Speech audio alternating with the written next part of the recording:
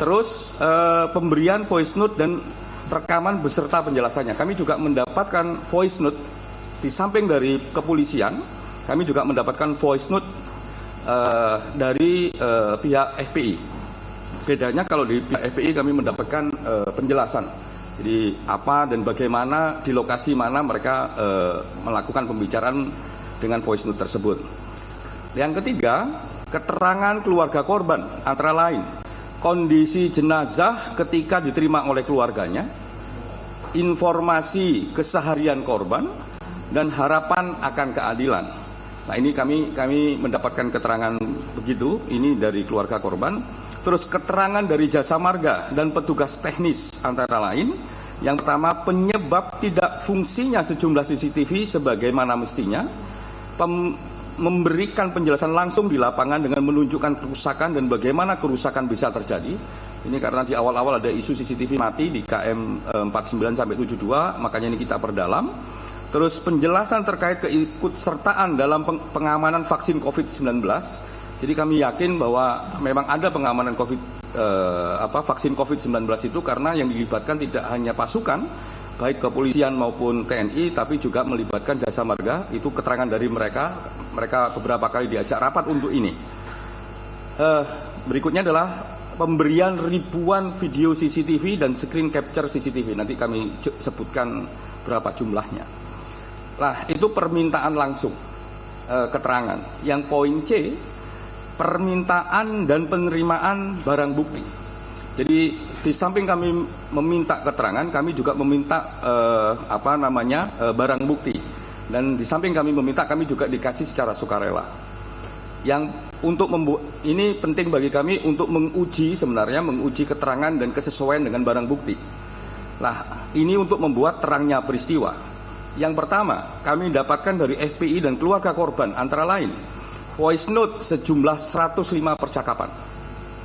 Jadi kami dapat voice note sejumlah 105 percakapan, rekaman pembicaraan.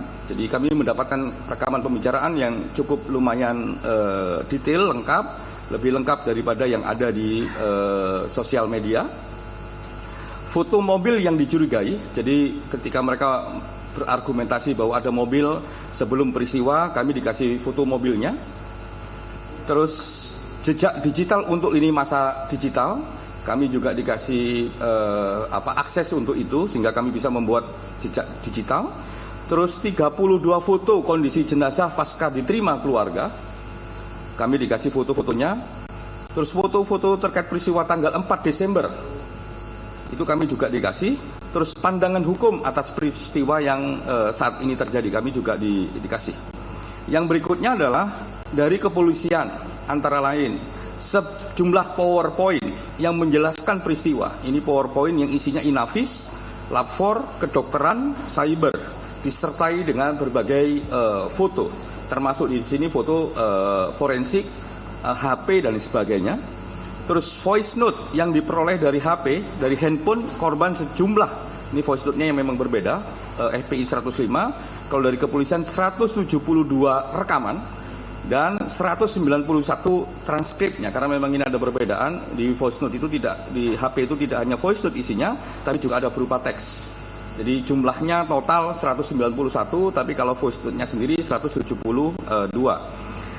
Nah, ini yang membuat kami memakan waktu yang cukup banyak, dan mohon maaf tenggat waktu kami yang harusnya kerjanya lebih cepat ternyata nggak bisa lebih cepat karena kami mendapatkan barang bukti untuk cross check membuat terangnya peristiwa dari jasa marga.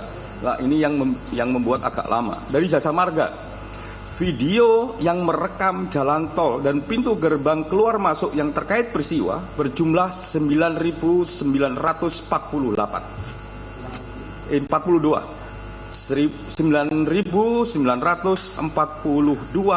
video.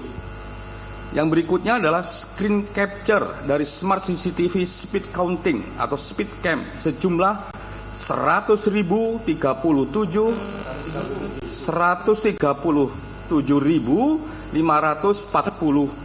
foto. Jadi ini yang beberapa hari terakhir yang memang memakan energi kita banyak untuk tahu sebenarnya apa yang terjadi gitu ya. Jadi lumayan banyak ini fotonya. Terus berikutnya adalah bagian C, proses pemeriksaan dan pengujian barang bukti. Untuk membuat terangnya peristiwa, tim telah melakukan pemeriksaan dan pengujian barang bukti. Ini yang tadi kita dapat semua, kita melakukan pengujiannya.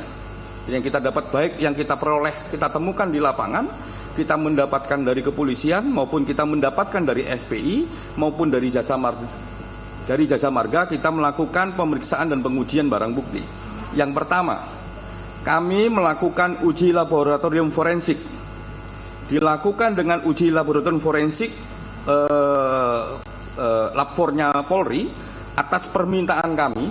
Jadi memang ini pilihannya rada susah. Kalau kita uji di internasional makan waktunya banyak, itu semakin hak publik untuk mendapatkan informasi segera juga nggak akan terpenuhi kayak begini.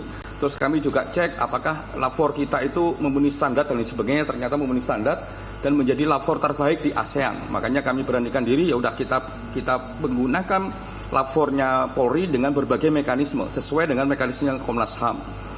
Nah, dalam mekanisme tersebut kami dengan pendampingan, akhirnya kami putuskan harus ada ahli yang tahu juga soal senjata, soal metalurgi dan sebagainya, dengan pendampingan ahli dari Pindad. Jadi kami undang teman-teman Pindad, kami kirim surat ke direktur, terus kami diberikan kesempatan untuk teman-teman Pindad mendampingi kami, ahli-ahli dari Pindad.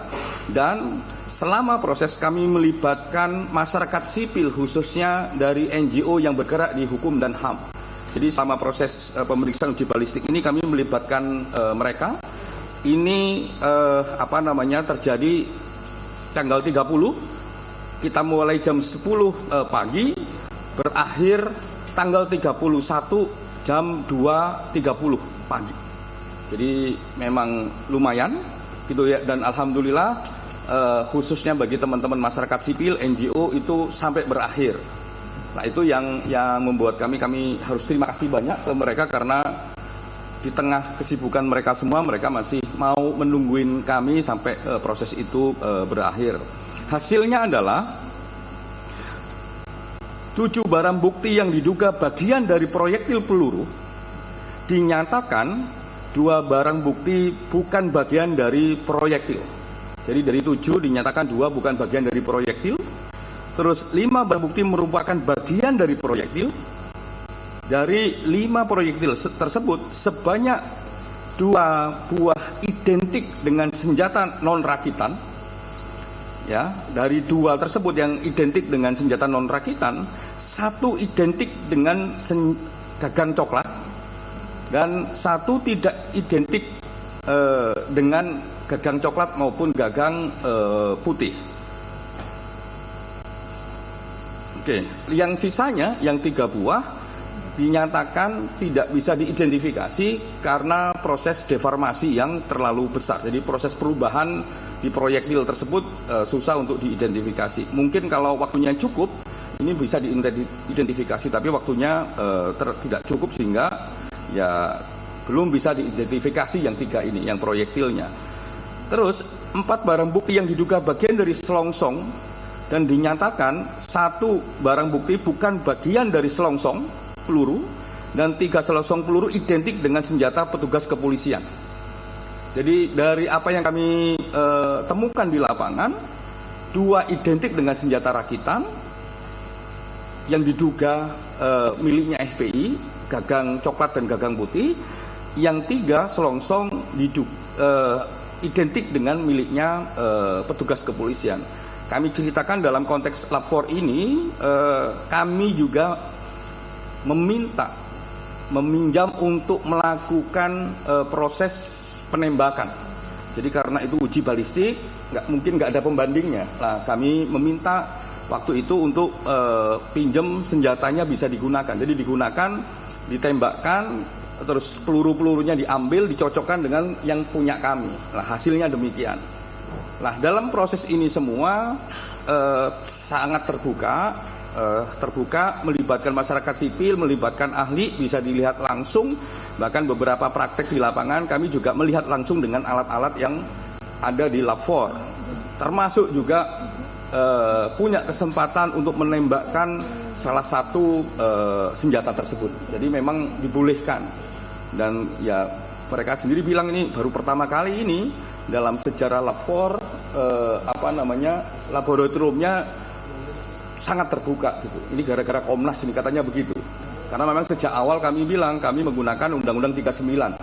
Jadi skenario-nya lain, kewenangannya juga lain, berbeda dengan kewenangan di kepolisian. Makanya itu dibuka oleh mereka dan mereka tungguin sampai selesai. Yang berikutnya adalah pemeriksaan voice note dan transkrip. Rekaman suara, pemeriksaan voice note dan transkrip, rekaman suara serta lini masa digital. Dilakukan secara manual, kami lakukan secara manual, dan dikonfirmasi kepada saksi yang berbicara dalam voice note yang masih hidup tersebut, termasuk di dalamnya meminta penjelasan konteks dan lokasi.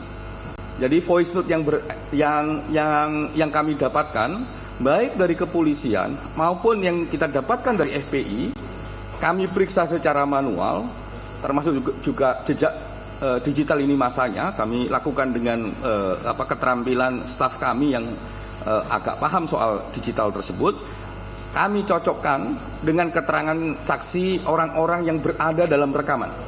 Jadi yang voice note si A ngomong, si B ngomong, si C ngomong, lah kami tanya kalau mereka masih hidup, kami tanya ini bener nggak kamu ngomong begini, dinyatakan bener, apa konteksnya, di mana lokasinya, kami tanyakan semua.